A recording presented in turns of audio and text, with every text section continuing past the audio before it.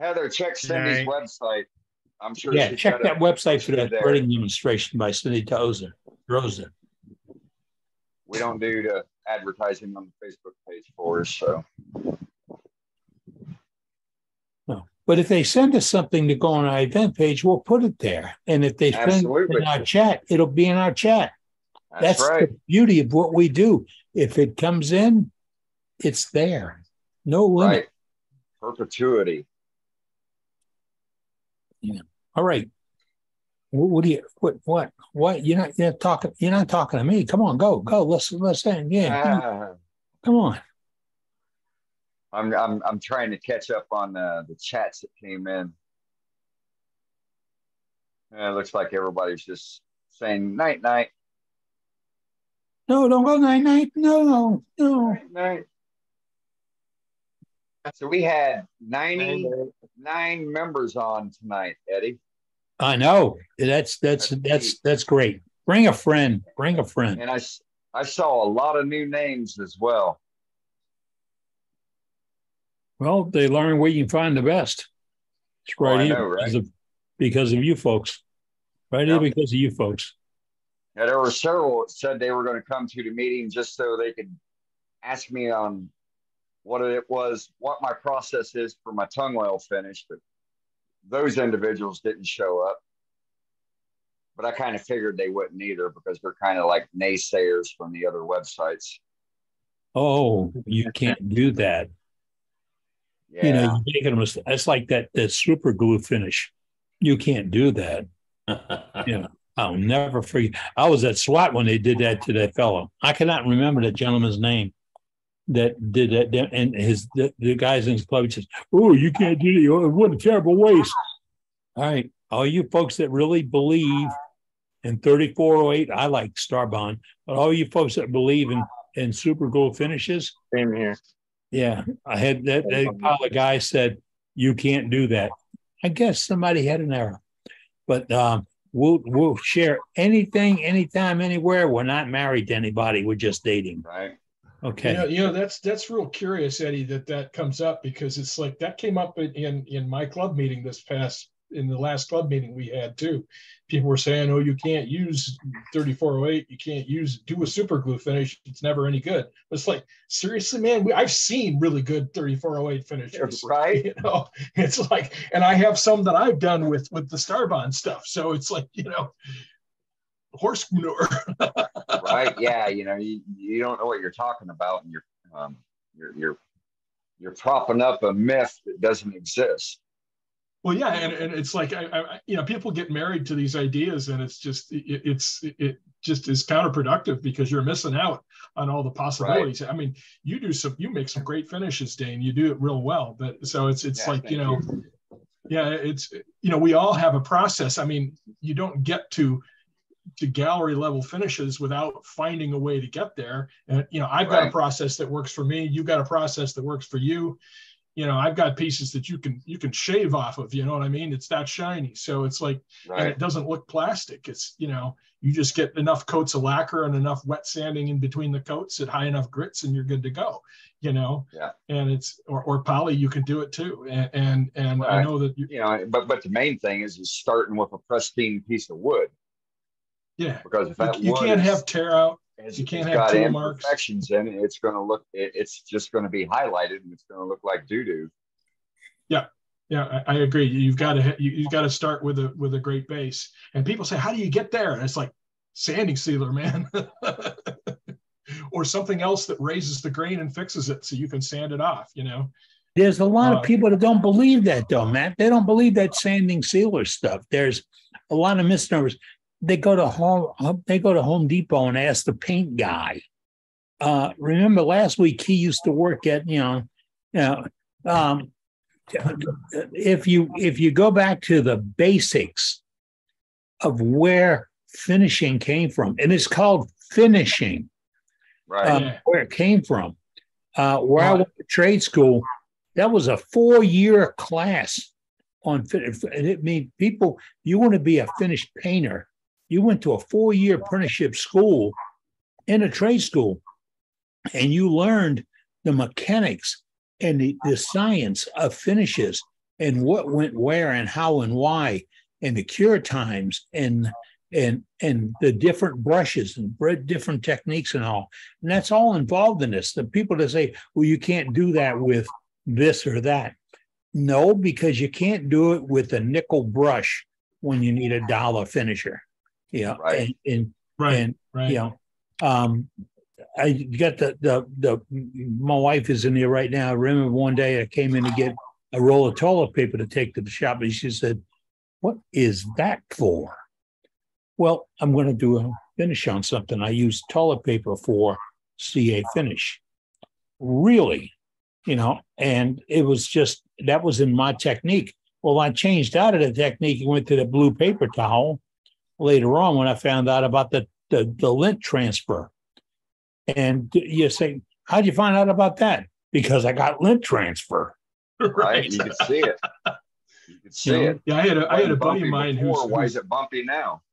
I had a buddy of mine whose wife was complaining he was spending too long in the shower. She said, "What are you doing in there?" And he came out of the shower and he had a piece of wood that he'd been wet sanding in the shower. That's great. Yeah. So it's called the finish. And if you put so much work into turning a piece, don't you want all that work to go all the way through? And that's what I'm trying to teach my young apprentice right now is, I throw it back to, and I said it's kindly, I throw it back to Cade and Mark Soleil, the slicing thing. You have to be making slices. If you think you're going to throw that bowl on that lathe like Dane did, threw that bowl up there and take a gouge, which is a terrible name for a tool, and gouge out material and then sand it and put a finish on it, you're fooling yourself. You really are. Think about where you started at. Now, if you sliced the wood away, you took some nice curly cues and you had those little spigglies come off. I don't care what you see on YouTube and videos of the stuff flying over the shoulder and all that. That's showmanship, and there's nothing that's been accomplished by that. Look at what your tool is doing. Bring your speed way down. Watch what that tool is doing, and make those little fine cuts. And as you understand how that tool is cutting and how that tool is actually slicing the wood away, then you got it. If you can figure out how it's done, it's like taking your pocket knife out and carving something out of a piece of wood. You don't chop at it, you carve it. So yep, and we've got done demos on the shearing and how to get those shavings and get a clean cuts right here in this club. So it's on our website. And boy, if you know, something that came up, it occurred to me while you were talking about asking the hardware paint guy about finishing, is they think that coarse grit starts at 180. So, or fine grit starts at 180. So, coarse is 60, you know what I mean? So it's like taking a red brick or a green brick. Which one do we do? That's right. Their perspective on it is, I'm finishing my drywall, and fine starts at 180 or 220 grit. And unfortunately, they're trained by the people that want them to sell their product. So they're only trained in by what they want to get sold, not what is smart for the use or practical. Higher grits is more labor in the construction trade. Yeah. So, I mean, you said something tonight about getting a demonstration to show on Acorn boxes. Acorn boxes are a great skill builder. They really are. And I say a skill builder because, say, a novice turner or a beginning turner doesn't have an expensive chuck, but he's got a faceplate and he's got a Jet 1014. It's the little mini jet. And he's got a faceplate and a block of wood and a broomstick. Can he turn Acorn boxes? Yes. Absolutely. Can turn them efficiently. Yes. Can he go nice? Yes. Why? because everything you need is just to hold it, turn it, get done with it. Hold it, turn it, get done with it. And it doesn't take a lot of equipment and such. It takes a little thinking it through. And we've been looking at this. Joaquin did it a couple of weeks ago, one of those offset eccentric vases where it was drilled off center and such on how to do it. And I was sitting here staring at it thinking, I know how I would do that. I've got the jig for doing that. Oh, it's not the duck's chuck. No, I got a better idea than that. It's called the broomstick. Yeah, and how to offset it. Yeah, I see him laughing in the background. Yeah, he probably look, he's back there. He knows. He'd probably play with that himself because you come up when you need it, you make it. When you make it, it's yours. Hey, Eddie, I got a question. Go ahead. I'm a member of several clubs that meet, regular, monthly. And what do you do if you have a local guy, a member of the club, doing demo, and he's doing something wrong? Do you confront him right there, or do you just let him go ahead and... For example, our last meeting, we had a guy making Cowboys hats for Christmas ornaments, and he was doing cross-grained wood, and he was working with a roughing gouge. And so... Well, I'd correct him on that one. Would you do that? Would you do it right there during the meeting? I would, because that's just wrong, and it's putting the information out to other turners who don't know any better, thinking that it's the correct thing to do. Well, he'll use it on a bull and damn near almost killed himself. Exactly. Yeah, he was confronted. You got to stop. He was confronted by it during the meeting, but he continued just doing it. How was he? Was he on the face or was he on the spindle? He was doing face grain with a roughing gouge. Alternating grain. And that's it. He's an experienced guy. He's made a bunch of Christmas cowboy hats for ornaments, and kind of shocked me that he was doing that. But anyway, there was a popular. He's no longer turning anymore. He's hung it up, and he's a sailor now. But he was a proponent of taking a spindle roughing gouge and grinding it, profiling it as a bowl gouge, and using that as his bowl gouge, and he was proud of that. What size was it, Dane? Oh, it was a normal size. It was a big one. 1 inch. 1 inch or 1.5. Yeah. Ooh. Wow. All the way down to a 1/2 inch. He had multiple roughing gouges, and he profiled, and you know who I'm talking about, don't you, Matt? Yeah, Ray Furtado or something like that. He's in Florida on a boat. No, the Rebel Turner, whatever his name is. Yeah. It starts with an F. His first name starts with an R. Yeah, he's a Portuguese guy. Yeah, he's on a boat on the Gulf Coast of Florida somewhere. Yes. Oh, and he turns off the back of his boat. Al Furtado, yeah. I have seen someone turn a bull start to finish with a normal roughing gouge ground the normal way.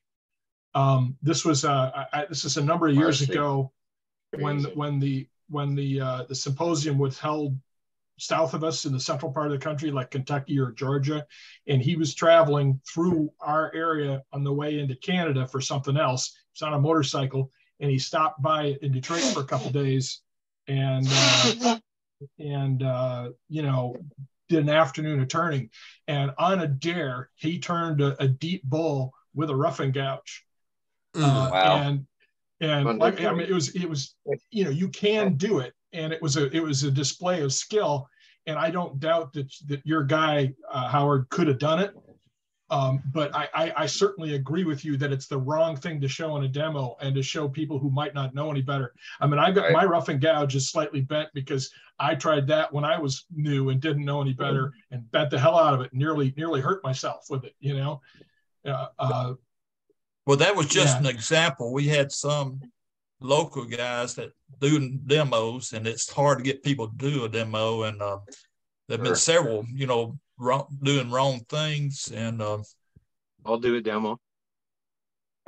and so will I. Just throwing it at there. But you know, it's kind of touchy. You don't want to embarrass the guy, but you know, at the same time, you got safety problems. You know, if it's a safety issue, I would stop him and tell him that this is a safety issue, and explain it to the new turners that it's a safety issue. Because God forbid somebody would go from that demo and go home that night or the next day and do something like that, and then come back and say, "Hey, they just showed me how to do this in the club. Now the club's liable." You know, if you don't cover yourself that way, I mean, not only is the club liable, but it could be even the guy that was doing the demo could be liable. Well, yeah, that's the way I feel about it. That, you know, especially beginners, people who don't know anything. You don't want your new members to get injured and then just not want to do it, or break an arm, or rip a rotator cuff and end their career. Or God forbid they would happen to have that thing break off and stick in their neck or their chest or anywhere else. I mean, my goodness. There has been people that have killed themselves. Yes. Yeah, people have. And I you know, when I had my catch when I was trying to do face turning early on with the bull gouge, that sucker bent. I mean, like 30 degrees at the tang, you know. So it could have been worse. I could have got badly hurt, you know. Right. And I didn't know. I mean, you know, nobody ever gone over that, you know. So I completely agree with you to stop that guy.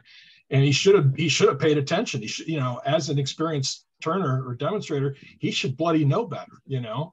Well, we stopped and explained it to and everything, but he said okay, and then continued doing the same thing. Well, if it would have been me and he continued to do the same thing, the demo would have been over.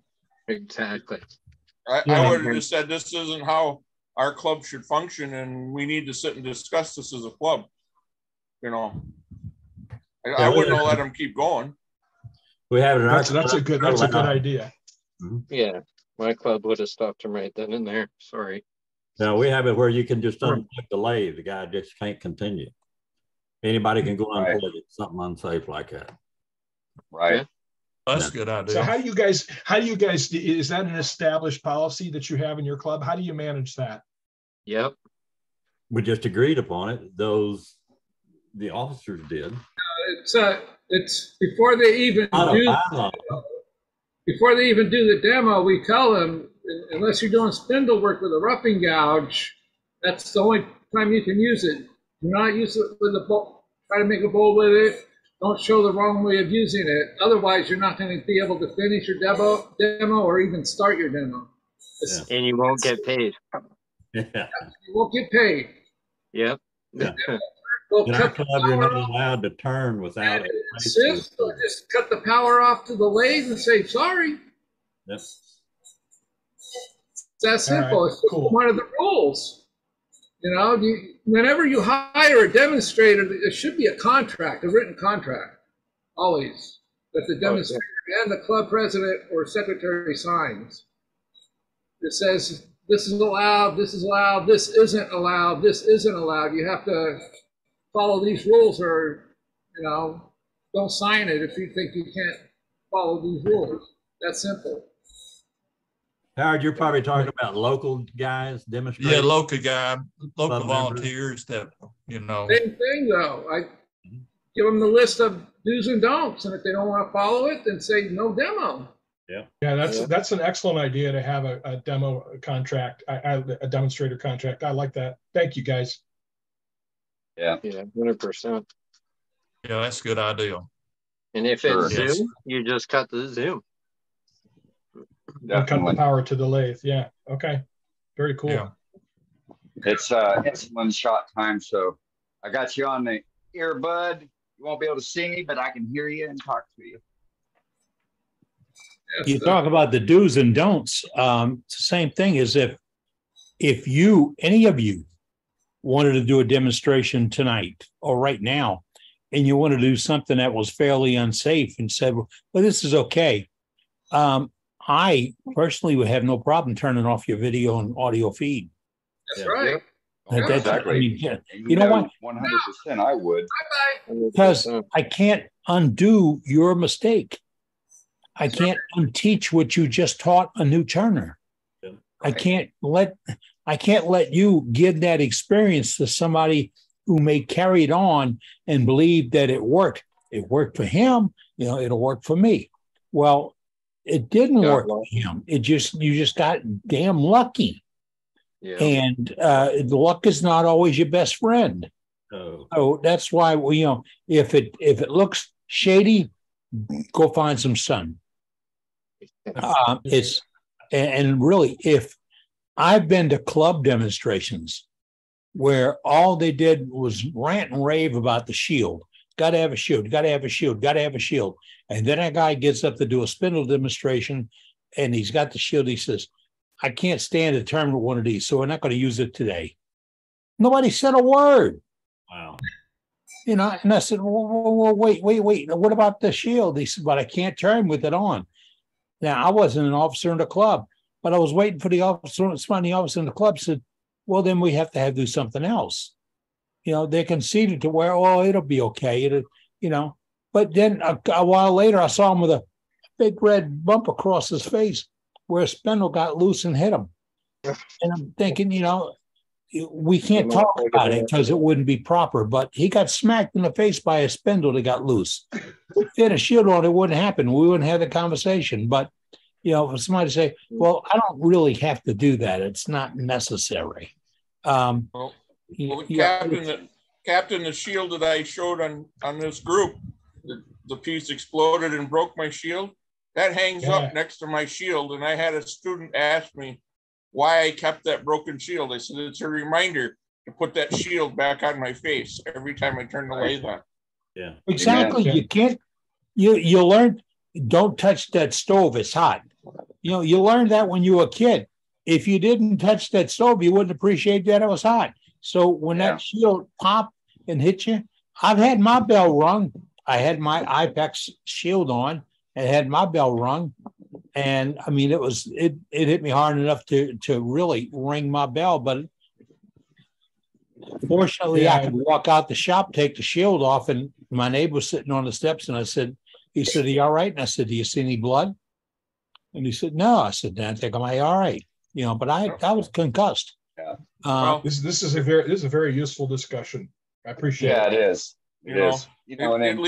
At least my last student asked why that was hanging there.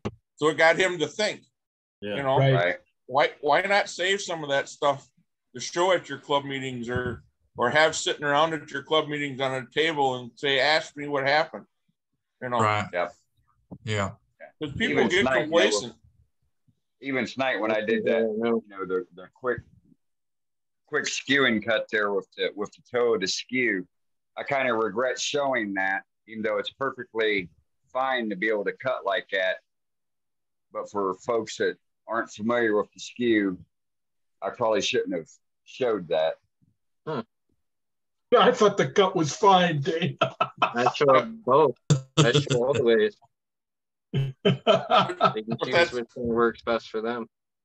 Well, I guess in the moment I was showing off, but then afterwards I'm like, well, damn it, I probably shouldn't have done that because there's people that are skew deficient, and then they're going to think, oh wow, he was able to cut so much easier with the toe. Let me try that, and then they're just going to blow the piece up.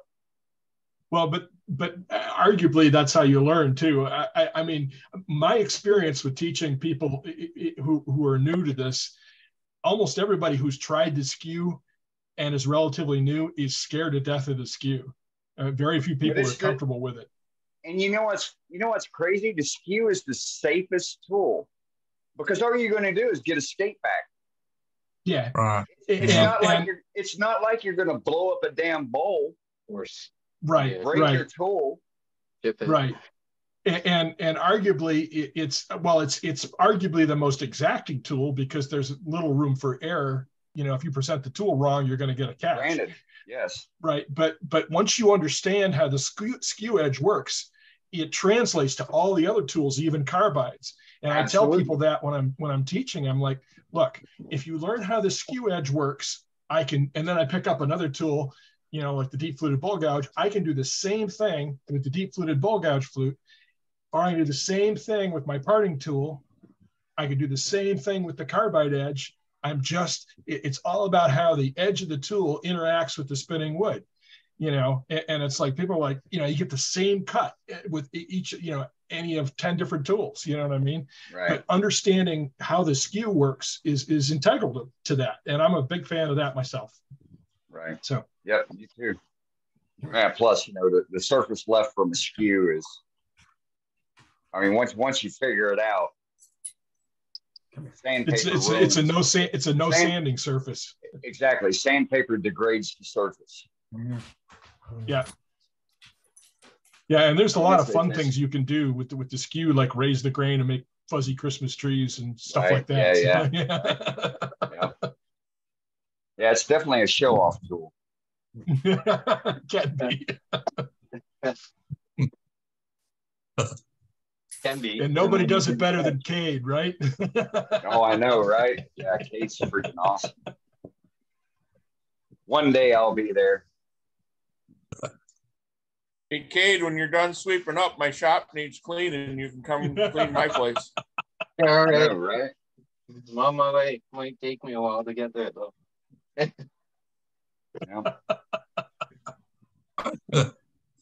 Hey, what color of smock did you get? When? The one Doug sent you. Oh, he ordered one, the same one that he ordered, the black with the red pinstripe. Oh, okay. Y'all got to look like executive chefs, man. Well, I haven't worn it yet. I haven't even taken it out of the plastic yet. It's still on the dresser and whatnot, but it's the right size. I just have so many of these. Like these smocks, my mom makes for me. So, I mean, I have one in really rough shape for finishing and spraying. Then this one's okay shape. And then I got one for like photos and shit. And then I got, and then I got like 2 or 3 more in the closet. So yeah, I got quite a few. There was a time we were making them and selling them. But then my mom's like, no, this is too much like a job. Right? I'm like, okay, no problem. Just make me that. The smock that Amber got me, and with the pat, you know, the Worldwide Woodturners patch, and then while we wait, we hydrate patch, and then of course the wood turning zoom patch I got on there. So I hardly wear it, and she was like bitching me out the other day, and she's like, "How come you don't wear the smock I got you?" I go, well, I don't want to get it all messed up. And she's like, well, all it's got to happen, you know, you mess it up, we'll take the patches off. I'll get you another one, and I'll sew the patches back on for you. And if you ruin the patches, I'll get more patches made for you. And I'm like, well, all right, I'm going to hold you to it. The other one I have that's for like spraying and finishing, that looks like a hobo. I look like homeless when I wear that thing. Well, it's like anything else, Cade, you know. If you're working hard in your shop, it's not clean. You know what I mean? Yeah, exactly. Yeah, exactly. It's not the designer shop that's in magazines that gets used. Yeah, I'm always suspect if somebody's shop is too clean. That bothers me. I'm like, you know, what you got? Yeah. You're not using this? You know, you got a service? Right. What's the deal? Yeah, I got shavings hanging from stuff everywhere. Doesn't matter how much I sweep up or whatever. I've still got stuff hanging from things. Yeah, same here. My tool table's covered, the box, my grinder's covered. I got everywhere. A pile maybe 2 feet deep behind it. I got it. Great. Hey, you guys want to see the backside of this walnut bowl I'm working on? Yeah, sure. Yeah. See that figure, have a discussion. Yeah, right. I'm curious why it isn't done. Critters. Ooh. What's that crotch piece? You getting a heart out of it? Yeah. Very There's cool. the owl face. Well, that's going to be pretty. Wow. That's going to be awesome, Dane. There's a Ewok there. Yeah, it could be an Ewok, an owl. An owl, a Wookiee. You know, Well, the eyes are too big for Wookiees. That's one of the things about Wookiees is you can't see the eyes. Brenda says she sees a wolf in it.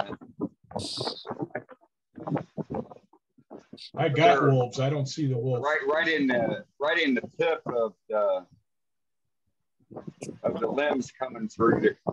I used my hole punch, so I gave it eyes, and so I shoved some turquoise in it. That's cool. Yeah, that'll be pretty. It's going to be one awesome piece. So it's just got linseed oil on it right now. Then there's the front. We'll look forward to seeing the end results. Yeah, definitely. I'm going to do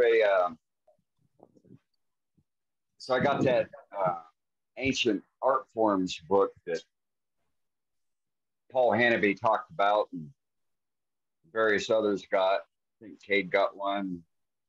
Scott Hampton got one. Several others got one. I finally got me one.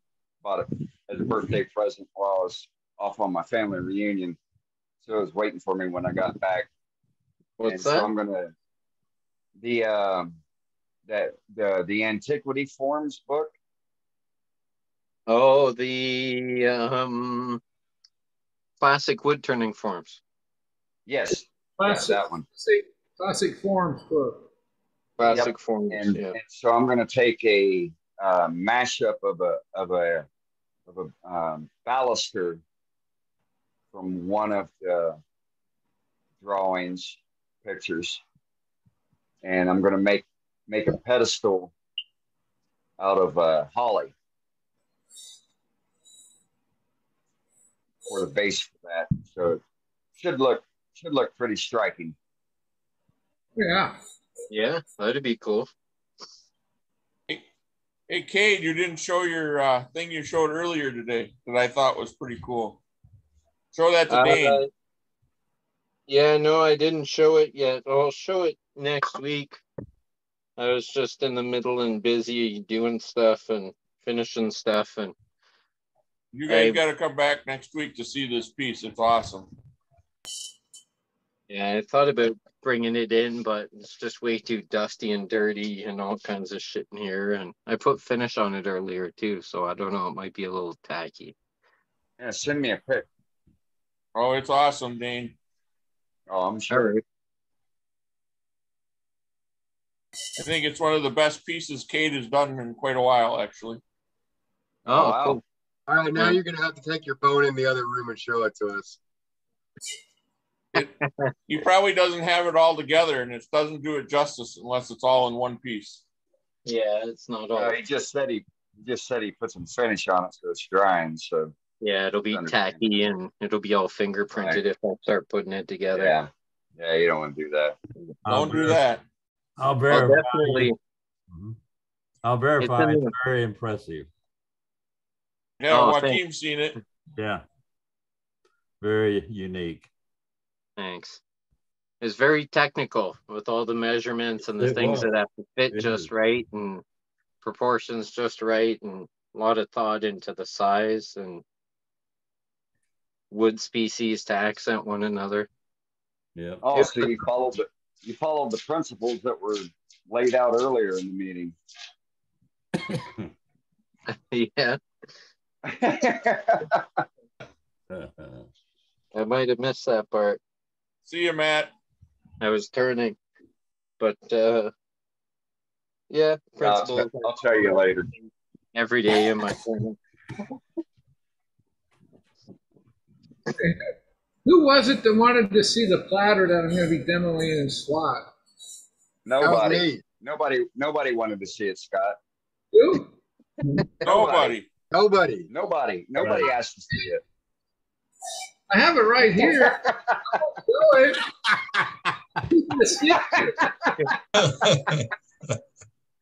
Sure.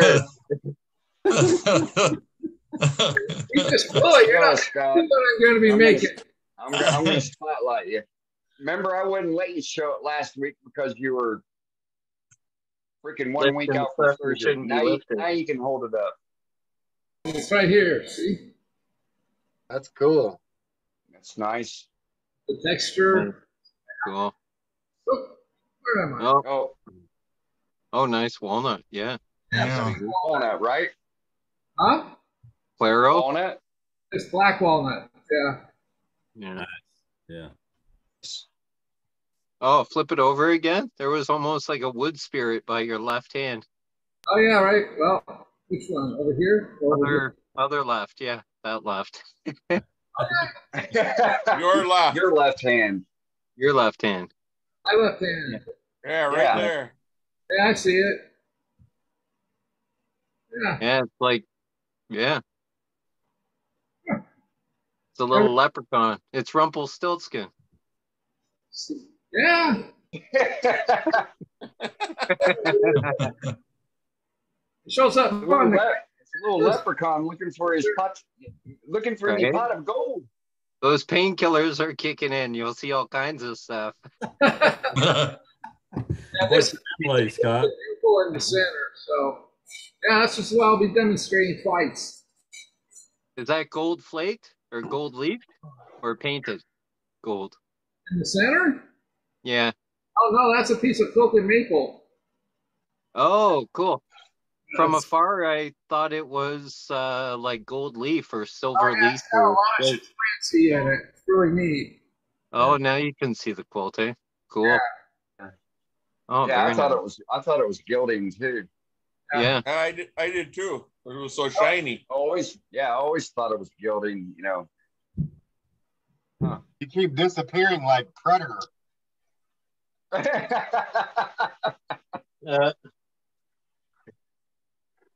Your reactive screen makes you fade in and out.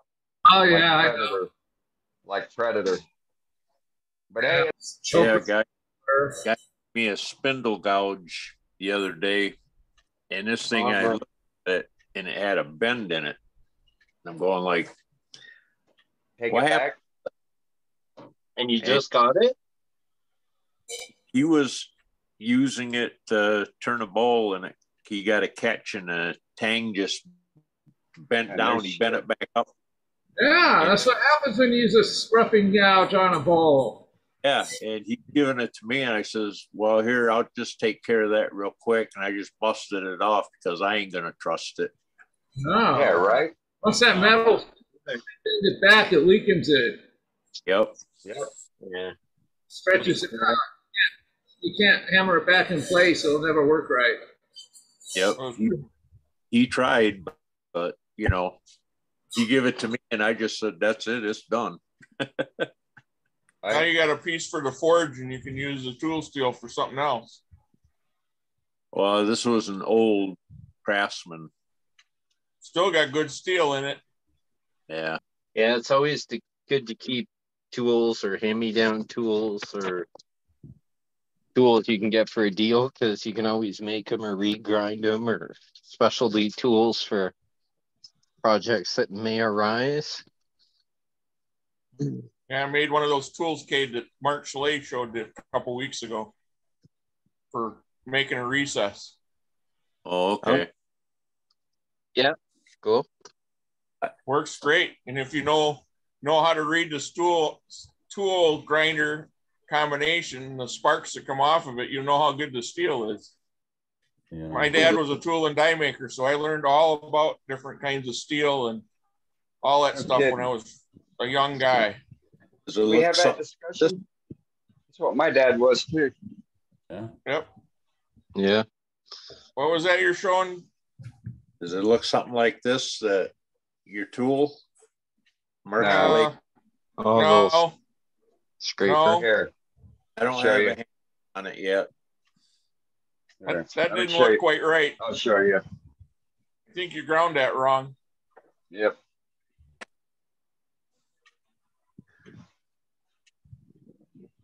That's what it should look like. Okay.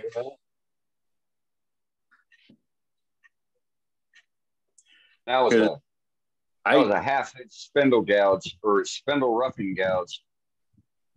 But I do a little bit of metal work, so. This right here, I seen it on what's his name, Mike Pieces website, and I can't see it, Dan. His is shaped like that. I see your ceiling. Let me see. Yeah, you're on the wrong one. You got to look at the iPad, Dean. Oh, he didn't rename himself after we told him to rename himself. Yep. He's on iPad too. Can't you follow instructions?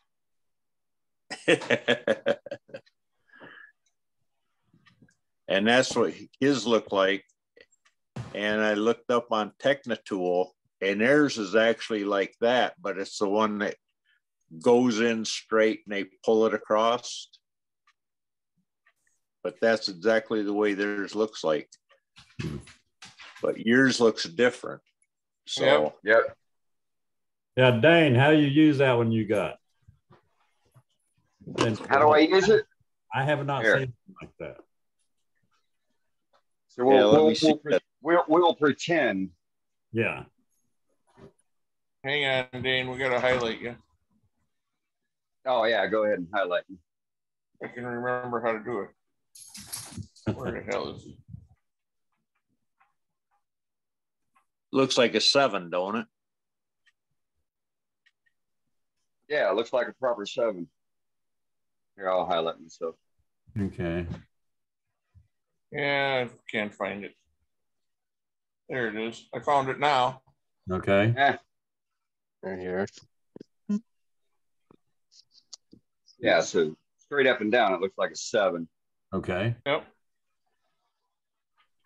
So pretend like you've got a... Making a mortise instead of... You're going to make a mortise. You're making your mortise here. Okay. And so you're just coming in. And that allows you to clean up that surface.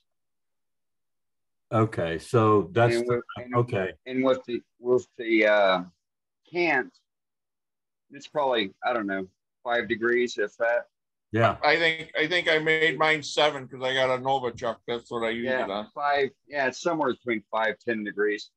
And if you just go straight in, it'll set your recess wall. And it also sets the depth too, Joaquin, depending on how deep you made your tool. Mine are totally different than that. Mine you just push straight in. Yeah. Just like that. Uh-huh. Gotcha. I just use literally you just come in and yeah. And it's really made, Joaquin, so when you got your tailstock up, you can do it without having to work around your tailstock. That's what it's really made for. Okay. So how deep do you because you're able to work this way instead of, off to the side, instead of working. Yeah. Okay, I got it now. This way against the and you're butting up against the tailstock. Yeah, that's the way mine is. On the side. You go straight in from the tailstock into it with the angle. But I can see that. That's cool. Joaquin, if you make that, you won't use the other one. No. I think I've got something to make one out of, bro. So Dave, when are you gonna make me one of those? I have no idea. So how deep did you make that 7? How where that cuts back in? I made mine about a 1/4 inch deep, and I ground it, beveled it all the way around so that it cuts. The bevel, all the edges can cut. You can sharpen them all and cut them all. So I can cut towards the tailstock or towards the live center. So there's a cutting edge here. Yeah. Yep. Right. And there's a cutting edge on the front. Yep.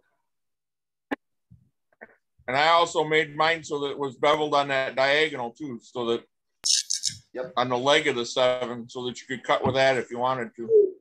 So overall, it's from the long point to the edge, it's a 1/2 inch.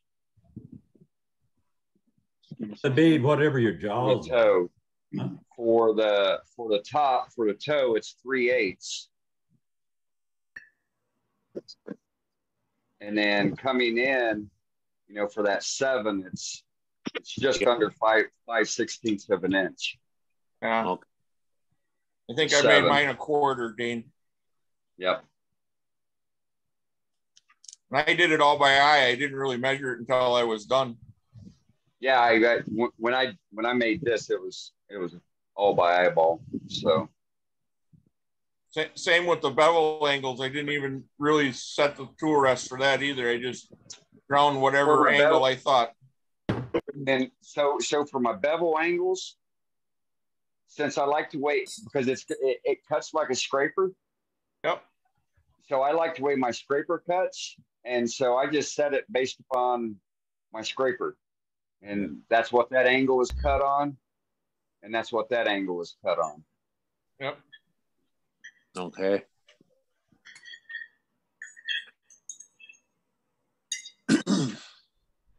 It works great. It's the best tool I've made in a long time. Yeah, if you're a practitioner of using recesses, it works great. I can see that. And you can even use it for truing up your tenon, because you got that front cutting. It looks like you narrowed yours down on the end for thickness of it at the end here. I can't see what you're looking at. Let me see if I'll grab this one. How thick did you put this right here? Hold it up. I can't see. You're out of the camera. You're out of the camera. There you go. Hold, right there. Put your phone down. Put your phone down. Okay. There you go. Now, put the tool in front of you, and now point at what you're asking. Okay, this piece right here. Put your phone down. Okay, lift the tool up in front of your mouth because we can't see it. You're below the camera. Okay. There you go, right there. This piece right here, it looked like yours was tapered down. Turn it sideways. We're looking at the edge of it. There you go. Now tell us what you want. Well, this right here, the thickness of it, which is this? My thickness is maybe 1/8 of an inch. Okay, you made it 1/8. Okay, because mine's like 1/4 of an inch. But I picked this up off Amazon, and it was really cheap. I got 2 of them for like $6 or something like that, and it's high-speed steel. Well, the thickness ain't going to affect.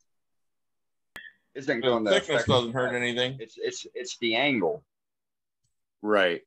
I mean, it's that inside angle. It's literally draw a proper 7. Yep, just like that. See what I'm saying? Draw a proper 7.